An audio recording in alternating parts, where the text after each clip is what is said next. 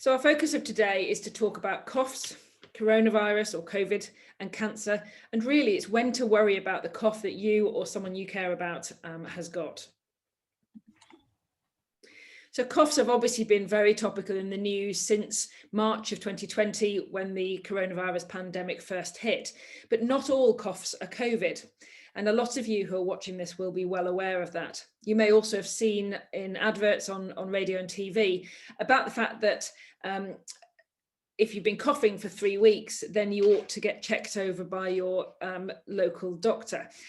But some of you may always cough. You may have a chronic cough that you've had for 5 years. So in that case, how do you know when to worry? And we're hoping that at the end of this talk, you'll have much more confidence in when you really need to see your doctor.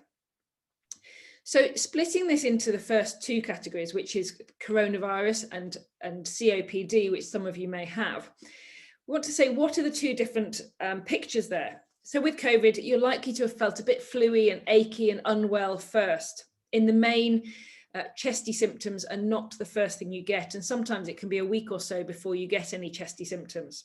Again, you'll have a cough, but you are likely to also have a temperature or aching muscles, and you may have a loss of sense of smell or taste. You also may know that you've been in contact with somebody with COVID. You may have had a vaccine, and I'm sure a lot of you by now have had a vaccine, but you may still have a mild form. We don't really know yet. We're still learning as we go along. So if you're not sure and you have some of these tests, it's still really important for you to, some of these symptoms, then it's still really important that you do go ahead and get a coronavirus test. And if that's positive, then we assume certainly at that point that that's the cause. If it's negative, that doesn't mean it's 100% certain that it's not COVID, because the test is not 100%. But if you're feeling unwell, obviously we'd say seek help. If you're feeling okay with it, then just watch and see how things progress. If you've got COPD though, the cough is much more likely to be one that you bring up phlegm or sputum. That might be clear in colour, but it might even be green. You're much less likely to have a temperature. You may also have previously had episodes of COPD exacerbations, as we call them. And if your cough behaves like a previous episode, then it's probably another episode. You may have rescue medication at home, so you might have antibiotics in the cupboard just in case this happens.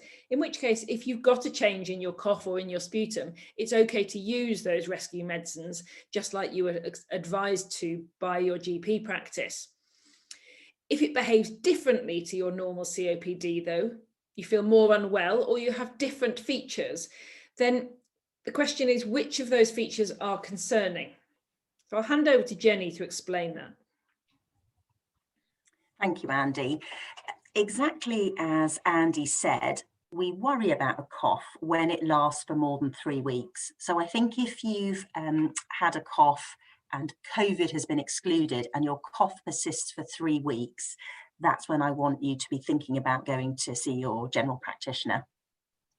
If you've got a cough and you've got other symptoms with it, so you're breathless, for example, and say you're more breathless than you would normally be with your COPD, if you have that diagnosis, or if you're not someone who's normally breathless at all, being short of breath with your cough would make me feel that you should see your general practitioner. With regards to the COPD, as Andie's already said, if you have signs and symptoms of your normal COPD and you take your rescue pack, but you don't get better at the end of it, or very quickly you're thinking, gosh, I think I need to take my rescue pack again, that's a sign that something's not quite right. And again, I think you should be seeking help at that point. Chest pain, frankly, at any stage with your cough is something that you need to take seriously. And there's different types of chest pain. So obviously if you have a central chest pain where it feels like something's pressing, that's a medical emergency and I'd want you to go to hospital. But if you've got a cough and you're finding that when you take a breath in or when you cough, you get a sharp pain, that's something that you should see your GP about. I think weight loss or appetite loss are really important things to note. And interestingly, you'll sometimes find that as a patient, you don't necessarily notice that you've lost weight, but your loved ones might, and they may mention it to you. And often we don't weigh ourselves, but it's that feeling that our clothes are a bit looser than they used to be, or you can pull up your belt by an extra notch. And so if you've got weight loss or appetite loss in association with your cough, then I think that you need to get it checked out. There are other features as well, which are probably a little bit more obvious. So what we can sometimes see in patients who've got a more worrying cause of cough is that they can develop a hoarse voice. Now, it's difficult because sometimes if you've been coughing, that can just aggravate your vocal cords a little bit, and that gives you a hoarse voice. But sometimes it can be a marker of something more worrying. So if that hoarse voice persists, and again, we tend to use 3 weeks, then you need to see your general practitioner. Coughing up blood is something that always needs to be investigated. Now, it doesn't always mean cancer. For example, we do see that people will cough up blood in association with a chest infection, but it's not something, for example, I've seen with COVID-19. So coughing up blood, definitely go to see your general practitioner. And it may be that you need antibiotics, but it's highly likely a chest X-ray would be considered at that point. I talked about chest pain. Interestingly, you can sometimes get shoulder pain, which seems peculiar because people think it's coming from their shoulder, but due to the way our nerves work, sometimes you can get a problem within the chest or on the diaphragm, which can actually present as shoulder pain, which is quite not something you would necessarily put together. So if you've got shoulder pain that's not getting better without a clear mechanism of injury on that shoulder, that's a reason to get checked out. Feeling extremely tired can be a marker that there's something else going on, that there's a problem. I think this is a really difficult one because particularly at the moment with lockdown and COVID, people are feeling more tired generally and fatigued. But if you are developing a sort of an extreme fatigue whereby you're needing to nap during the daytime, whereas you wouldn't have wanted to do that before, that is a reason to go and see your GP. So what do you do if that list of times to start to be concerned is affecting you or someone that you care about? There's a common misconception at the moment that it's impossible to see your GP. And I think that's because historically we're used to ringing up the GP and booking an appointment and going and sitting in the waiting room and waiting for the GP to call you into the room. And things have had to change over the last year. So pretty much all surgeries now are doing telephone first. So that when you ring up and book an appointment with your doctor, you're booking a telephone appointment. But that doesn't mean you're not going to see your GP, which I'll come on to. So you have 2 ways of accessing your GP. You can either book a telephone appointment by ringing up the surgery. Now, sometimes those appointments are released on the same day, so you might have to ring quite early in the morning, which can be quite difficult, and sometimes they're already full and it can feel quite frustrating. But most practices now are also using an e-consult form. Now, this can be found on your surgery's website. So if you go onto the internet and Google your surgery, you should find a link to an e-consult form. And on that form, you can enter your symptoms and it will ask you some specific questions. You can do it about somebody else. So, you know, your daughter could do it, or somebody that cares about you if actually using the internet is something that's difficult. That e-consult form will then go through to your doctor's surgery, and they will respond to that, sometimes with a message, sometimes with a phone call, but it will be very much individualized, and that is a way of making sure that it is seen by your doctor or by a nurse practitioner. Now, a nurse practitioner is somebody who is in a lot of practices nowadays, and they know an awful lot and are excellent at being able to know when to worry. So if it is a nurse practitioner who deals with this, you should still get the same high level of service. So let's just say you speak to your doctor on the phone, either initiated by an appointment or an e-consult form. If your doctor is concerned about you, then they will do one of 2 things. They will either ask you to come in, and sometimes that's, you know, can you come in an hour's time, or tomorrow. It's unlikely to be can you come in a long point in the future. Or they may be sufficiently concerned that the first thing they want to do is just organise a chest X-ray. As Jenny's already mentioned, one example of this is if you've been coughing up blood. what they might want to do is organise a chest x-ray and then see you with the results of that chest x-ray. So then the conversation is much more informed because they've already got some results to work with. If they want to see you face to face, then obviously you'll need to wear a face mask in this world that we're living in at the moment.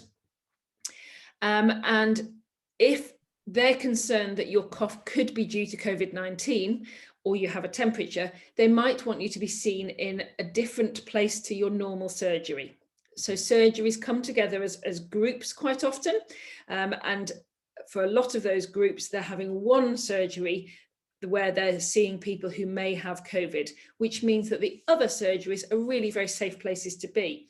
And for any of you who've been into a GP surgery in the last year, it's a very different place than it was before. The waiting room is not full. There's hardly anyone there. They're staggering who comes in. And between people, we're cleaning the room quite thoroughly to make sure that it's a really safe thing for you to be doing. From that point, you may need to have a chest x-ray or something else that requires the hospital. Jenny, is that something that they should be worried about? No, and I completely understand why people are worried about hospitals, because they feel that they're full of patients with COVID-19.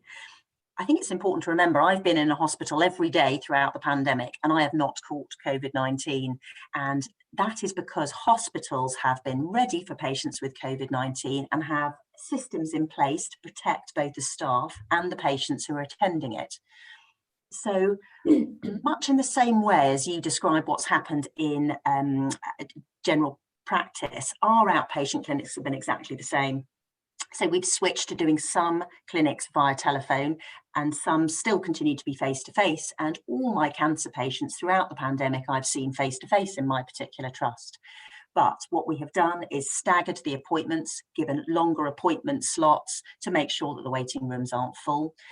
We do ask that patients wear a face mask as long as they're not exempt, and all the staff are provided with full PPE, so personal protective equipment, so your face masks and your visors, to protect patients when they come into the hospital environment.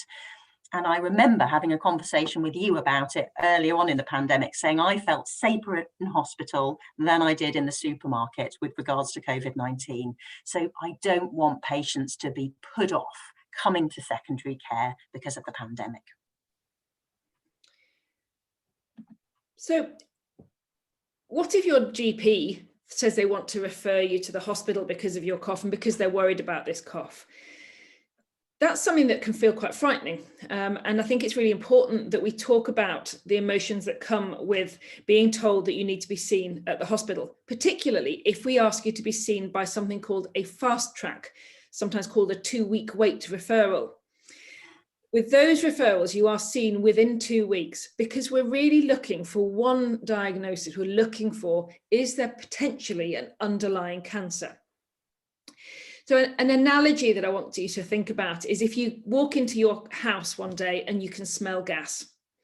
If you can smell gas, you assume that there's a gas leak and you act like that and you get the gas man in and you turn off the gas really fast. There might not be a gas leak.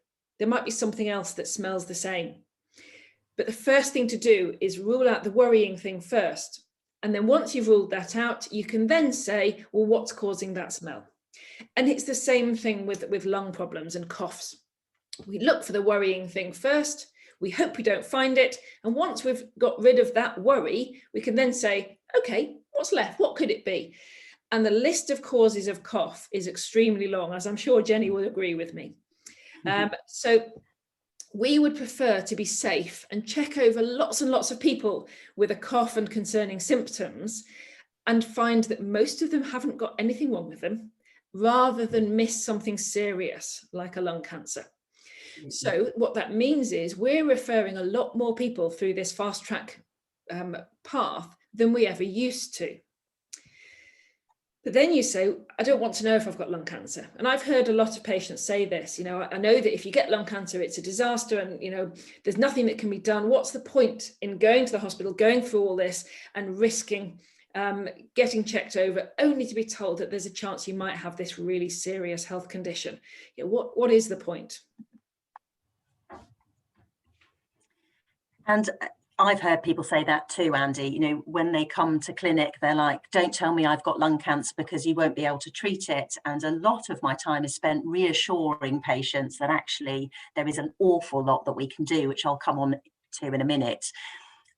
But the reason I want to see these patients is because lung cancer remains an incredibly serious condition, and it's the leading cause of cancer death in the UK in both sexes, which I don't think a lot of people know, because I often find that other cancers, for example, sometimes breast cancer, people have heard more about, and people don't like to talk about lung cancer. But actually it's incredibly important, and there's 35,000 cases per year. So what's the survival at 1 year? Unfortunately, it's only 37.6%. So it's low, and that feeds into that theory of, well, what's the point if the survival's so low? Well, the truth is we can do an awful lot to improve this figure. And the most important thing is detecting people early in their cancer journey. And lung cancer is a bit tricky because it often won't necessarily present with symptoms straight off.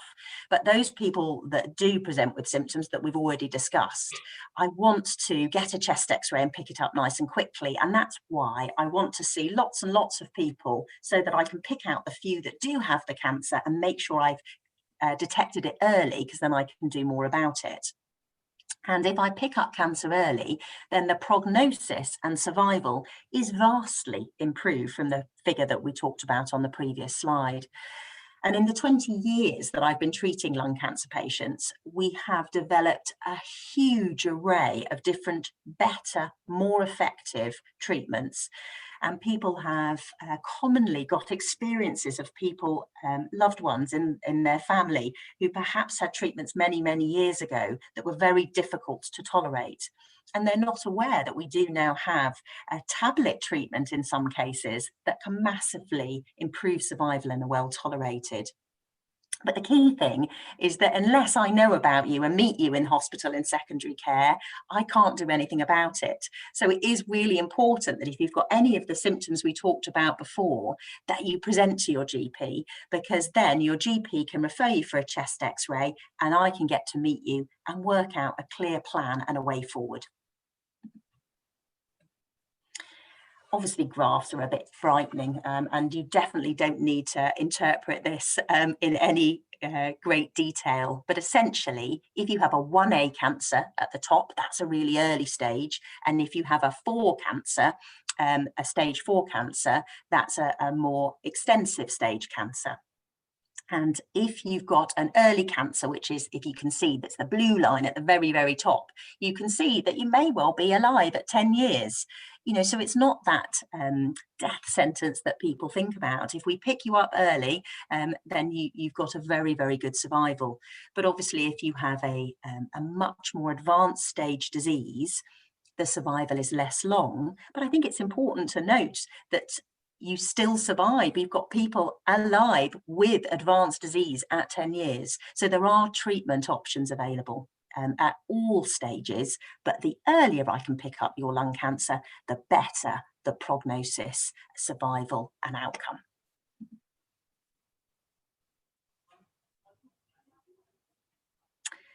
So these are some risk factors associated with developing lung cancer. And so if you've potentially got some of these, it's just important to perhaps, be mindful of the symptoms that Andie and I talked about earlier.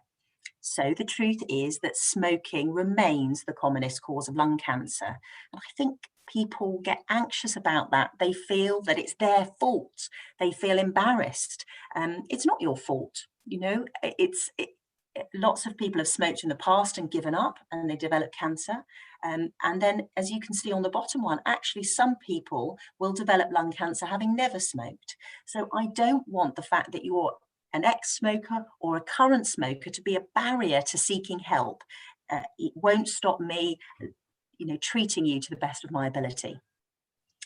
Interestingly, there does seem to be a bit of a family or genetic link to cancers. And if you've got a family history of lung cancer, particularly sort of in a first degree relative, so that's like your mum, dad, or your brother, sister, of any type of cancer, that can increase your risk of developing cancer yourself.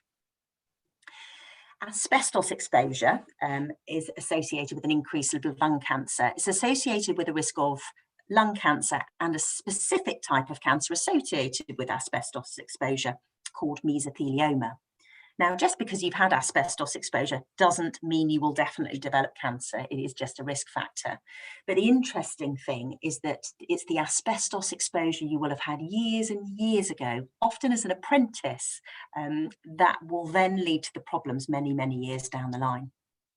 If you've got a diagnosis of COPD, either from secondary care or primary care, because that's commonly associated with cigarette smoking, that increases your risk as well. The risk of cancer goes up as we get older. It goes up if you've had previous infections, such as a really severe pneumonia. And we think maybe that's because you can form cancer in scar tissue that was formed when you developed the infection.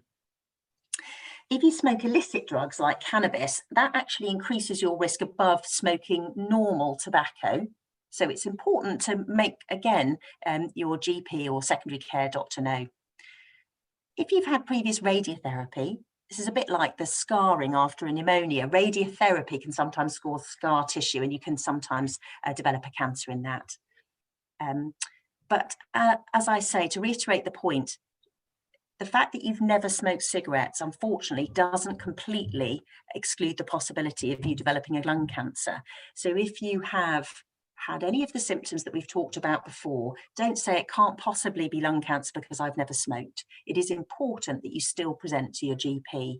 And interestingly, it tends to be the ladies who've never smoked who develop lung cancer. So always see your GP if you've had any of the symptoms that we've talked about before. Thank you, Jenny.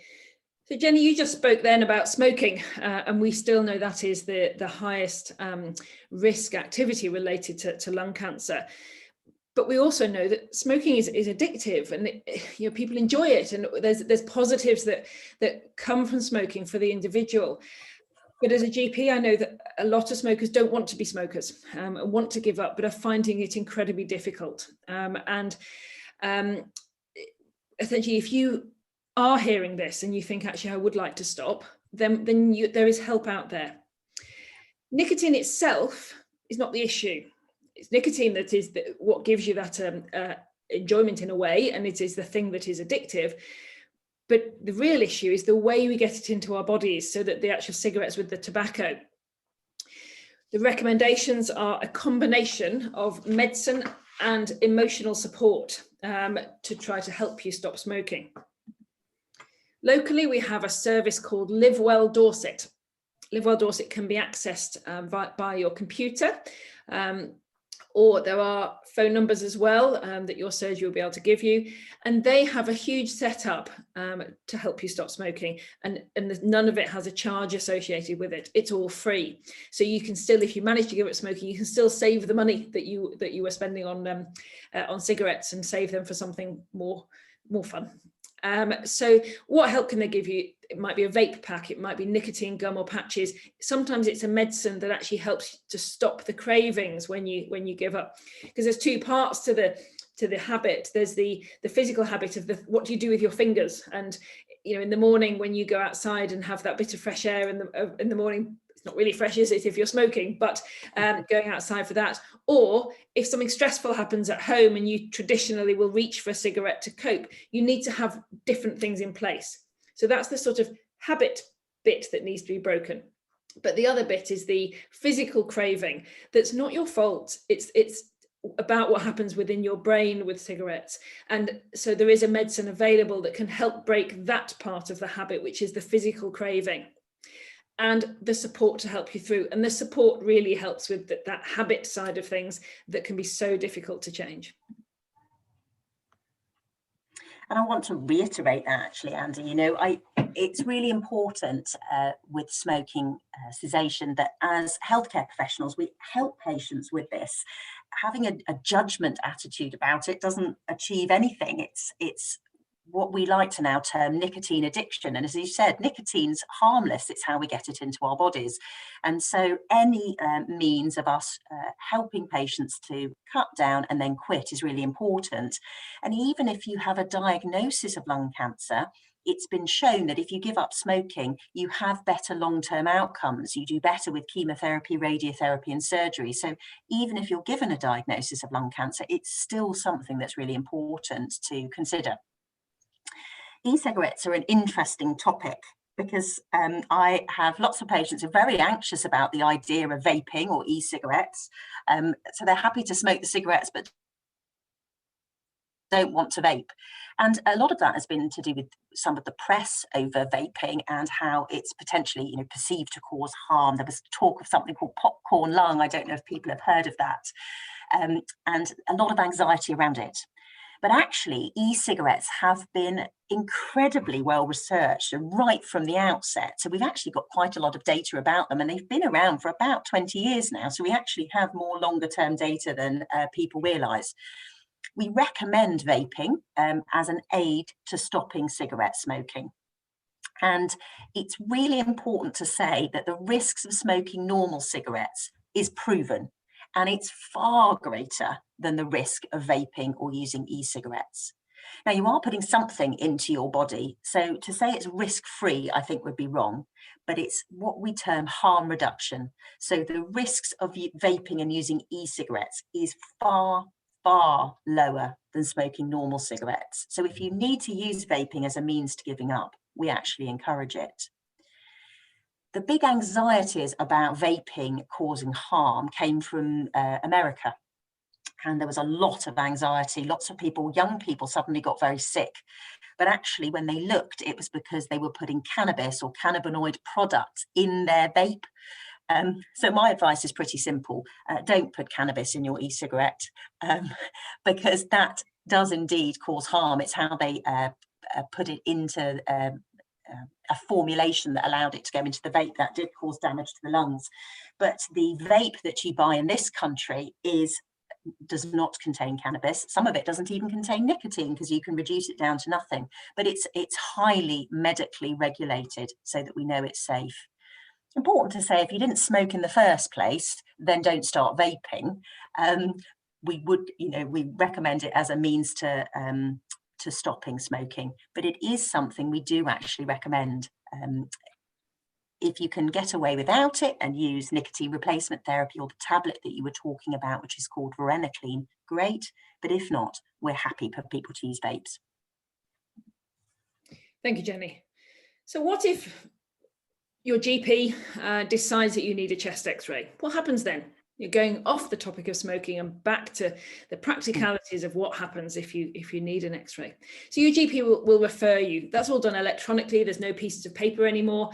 And then different hospitals work in different ways. It may be that you contact the hospital. It may be that they contact you.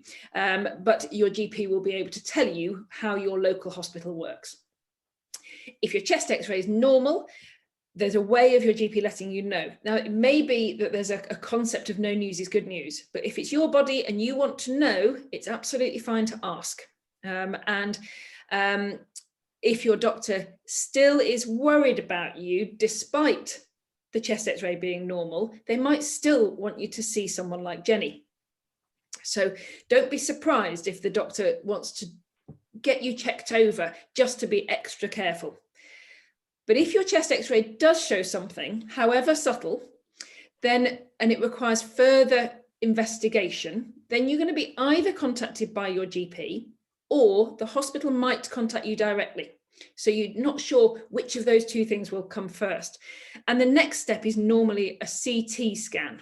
Okay. Now, people used to worry about CT scans, about it being a big tunnel, and it's really not anymore. It's like a big polo mint, really. So it's much more airy and it's less claustrophobic than it was when they were first invented all those years ago. So, Jenny, do you want to talk about the process that happens if you need a CT scan? Absolutely. So as Andie said, in my hospital, I'll often know that your chest x-ray has been reported as abnormal, sometimes before your GP, and then one of my specialist nurses will contact you to ask you a few questions and then organise the CT scan. Really important to note, though, that a chest x-ray is quite a crude tool. So it can sometimes show very subtle changes or something that's equivocal, which means we don't really know what it means. And we just think it would be safer to do a CT scan to get more information. So just because you're asked to come for a CT does not necessarily mean that you've got cancer or lung cancer. It just means we need a bit more information. Now, you come in for the CT scan, and as Andie says, it really takes a few seconds now. They're amazing, and they provide really detailed information about what's going on in your body. And I, or a member of whichever hospital team you're at, will have a look at the CT scan. Now, sometimes the chest x-ray shows what we think is a nodule, and we do a CT scan and we discover it was in fact just your nipple. And if that's the case, there really is no point bringing you up to hospital to see a chest physician. What you need is to know very quickly that there is absolutely nothing to worry about. And so, for example, if something like that happens, or it's a normal anatomical variant, i.e. it's just a blood vessel that we were seeing that looked funny on the chest x-ray, we'll let you know really quickly that there's no evidence of cancer and that you don't need any further investigations, but it's highly unlikely that you'll come up to hospital to chat to one of us about that, and that's normal practice. The CT scans then will sometimes show something that is of concern, and we'll come on to that. Or it may show what we call an incidental finding. So I might find that you've got no cancer, but you've got some fibrosis or scarring on the lungs, or maybe there's some changes of emphysema or smoking related lung damage. We will then let you know that there's no cancer very quickly, and we'll either let your GP know what the scan shows and give advice on how to manage it, or we may want to see you in hospital, but not perhaps as urgently as if we thought it was a cancer. If the CT scan does show a cancer, or what I'm highly suspicious is a cancer based on the CT scan, then we do like to bring you up to hospital to get some more detailed information about you, and then work out if further tests are required. And these tests are individualized based on you, your previous medical problems, your symptoms, and what the CT scan shows. The tests will happen as close to your hospital as possible, and any that can be done within your local hospital will be, but it's sensible to just be prepared that you might need to go to another hospital, perhaps for some further tests or scans, depending on where they're available. This is a really scary time, and I know this, and so we try to get everything done as quickly as possible, but what we have is a specialist nursing team and somebody called a navigator that makes sure your tests are done as quickly as possible, that you're informed of what's happening and when, and that we make sure we let you know the results and the plans as quickly as we possibly can. And I think that's been a real change, hasn't it, Jenny? That the communication and having that team around you to help you on the journey has really improved over the years, and so people really are supported through it, and you're not at home just completely in the dark, not knowing what's happening next. That's right. At my hospital, when we phone you to say your chest x-ray is slightly abnormal, we provide our contact details at that point. So you've got somebody in secondary care who's on your side advocating your care right from the outset. And if I make a diagnosis of cancer and then pass you on to perhaps a cancer specialist called an oncologist, the same nursing team support you through that process. And I mean, they're an integral part of my service, and I don't think I could deliver it without them. Thank you, Jenny. Now, it feels a little bit like we're ending this talk on what's going to happen if you get a diagnosis of cancer, but hopefully you'll see that from the early parts of the talk, there's lots and lots of different things that can cause coughs, and we really do want to investigate lots and lots of people with a cough rather than miss something that is serious. And that if there is something serious, there is stuff that can be done about it. So for the rest of our time for this talk, it's an opportunity for you to ask questions. So I'm going to finish this slideshow, and then Jenny and I are available to answer any questions that you may have.